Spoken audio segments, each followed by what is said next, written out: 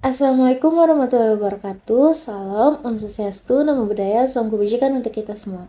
Halo semuanya, tujuan saya membuat video kali ini adalah untuk memenuhi tugas pada mata kuliah Tata Kelola Keuangan Pemerintahan di bab 10 dengan materi kebijakan fiskal.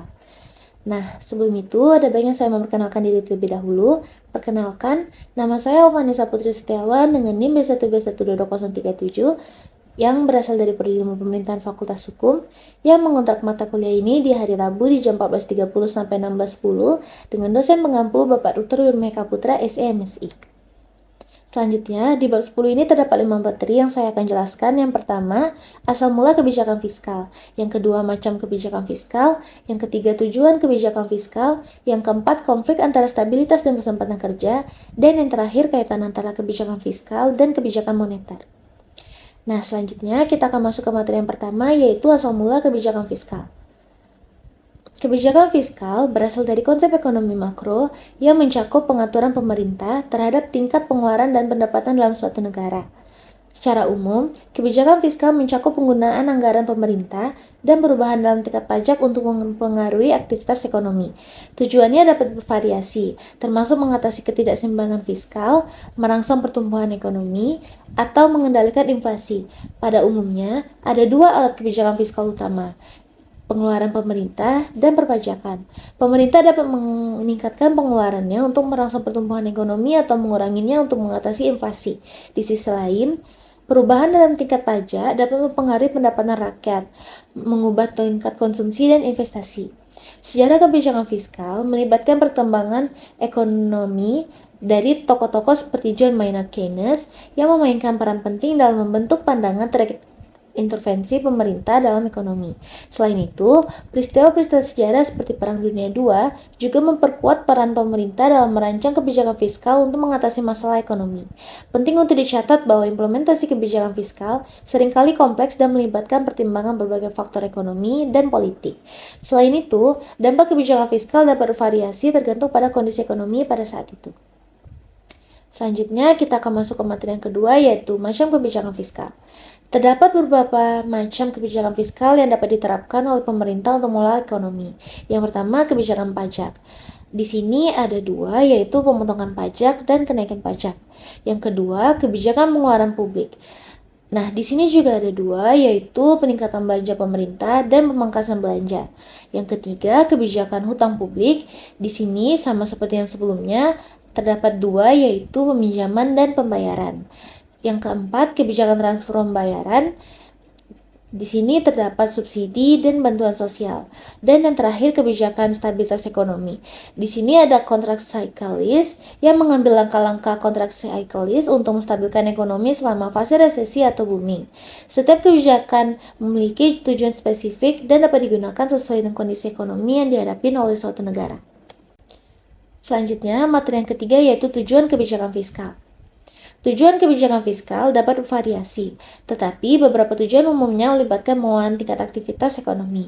Beberapa tujuan utama kebijakan fiskal meliputi, yang pertama, pertumbuhan ekonomi, mendorong pertumbuhan ekonomi dengan merangsang investasi dan konsumsi melalui pengaturan belanja publik dan pajak.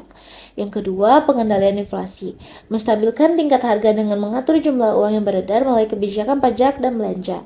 Yang ketiga, penciptaan lapangan kerja, mendorong penciptaan lapangan kerja dengan merangsang kegiatan ekonomi melalui proyek-proyek infrastruktur dan intensif pajak. Yang keempat, distribusi pendapatan, meratakan distribusi pendapatan melalui sistem pajak yang adil dan program untuk dukungan sosial. Yang kelima, stabilitas fiskal, menjaga keseimbangan antara pendapatan dan pengeluaran pemerintah untuk mencegah defisit atau surplus fiskal yang berlebihan. Yang kelima, kesejahteraan masyarakat, meningkatkan kesejahteraan masyarakat melalui alokasi anggaran untuk pendidikan, kesehatan, dan program-program sosial. Pemerintah menggunakan kombinasi instrumen fiskal seperti perubahan tarif pajak, penyusunan belanja publik, dan kebijakan lainnya untuk mencapai tujuan ini. Selanjutnya ada materi yang keempat, yaitu konflik antara stabilitas dan kesempatan kerja. Konflik antara stabilitas dan kemampuan kerja dapat muncul dalam konteks kebijakan ekonomi. Seringkali, upaya untuk mencapai stabilitas ekonomi, seperti mengendalikan inflasi atau menjaga keseimbangan fiskal, dapat bertentangan dengan upaya untuk meningkatkan kemampuan kerja dan menciptakan lapangan kerja. Beberapa poin konflik yang mungkin muncul antara kedua tujuan ini melibatkan yang pertama, ketertinggalan fiskal. Kebijakan untuk menjaga stabilitas fiskal seperti mengurangi defisit anggaran dapat mengakibatkan pengurangan belanja publik yang dapat merugikan program-program yang mendukung lapangan kerja. Yang kedua, ketidakpastian pajak. Peningkatan pajak yang untuk mencapai stabilitas fiskal bisa merugikan kemampuan kerja dan konsumsi karena dapat mengurangi pendapatan masyarakat dan daya beli. Yang ketiga, kebijakan moneter. Kebijakan moneter yang diarahkan pada stabilitas harga, seperti kenaikan suku bunga, dapat merugikan pertumbuhan ekonomi dan penciptaan lapangan kerja. Pemerintah dan otoritas ekonomi harus mencari keseimbangan yang tepat antara stabilitas dan kemampuan kerja. Mengakui bahwa kebijakan yang benar-benar efektif mungkin memerlukan pengorbanan atau penyesuaian di suatu aspek yang untuk mendukung hal yang lain. Dalam praktiknya, pemilihan kebijakan ekonomi seringkali melibatkan pertimbangan yang kompleks dan pemilihan kompromi untuk mencapai tujuan yang seimbang. Nah, di sini kita akan masuk ke materi yang terakhir, yaitu kaitan antara kebijakan fiskal dan moneter. Kebijakan fiskal dan kebijakan moneter adalah dua instrumen utama yang digunakan oleh pemerintah dan otoritas moneter untuk mengelola aktivitas ekonomi suatu negara. Keduanya saling terkait dan sering digunakan bersama-sama untuk mencapai tujuan ekonomi yang luas. Beberapa kaitan antara kebijakan fiskal dan moneter melibatkan yang pertama, tujuan makroekonomi. Keduanya bertujuan untuk mencapai stabilitas makroekonomi, termasuk tingkat inflasi yang terkendali, pertumbuhan ekonomi yang seimbang, dan tingkat pengangguran yang dapat diterima. Yang kedua, dampak terhadap konsumsi dan investasi. Kebijakan fiskal seperti perubahan dalam tarif pajak atau belanja publik dapat mempengaruhi konsumsi dan investasi. Kebijakan moneter seperti perubahan suku bunga juga dapat mempengaruhi keputusan konsumen dan investor. Yang ketiga, keseimbangan fiskal dan moneter.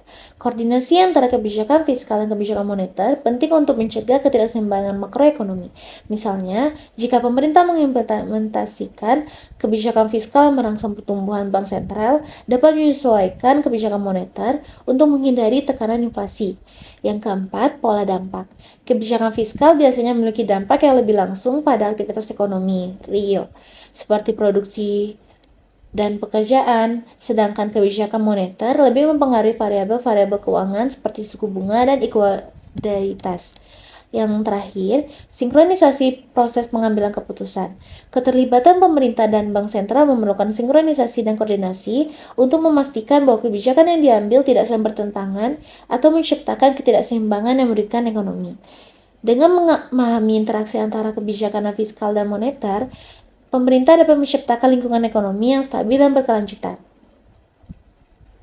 Sampai situ saja penjelasan saya di bab 10 ini. Mohon maaf jika ada kesalahan. Terima kasih sudah mendengarkan.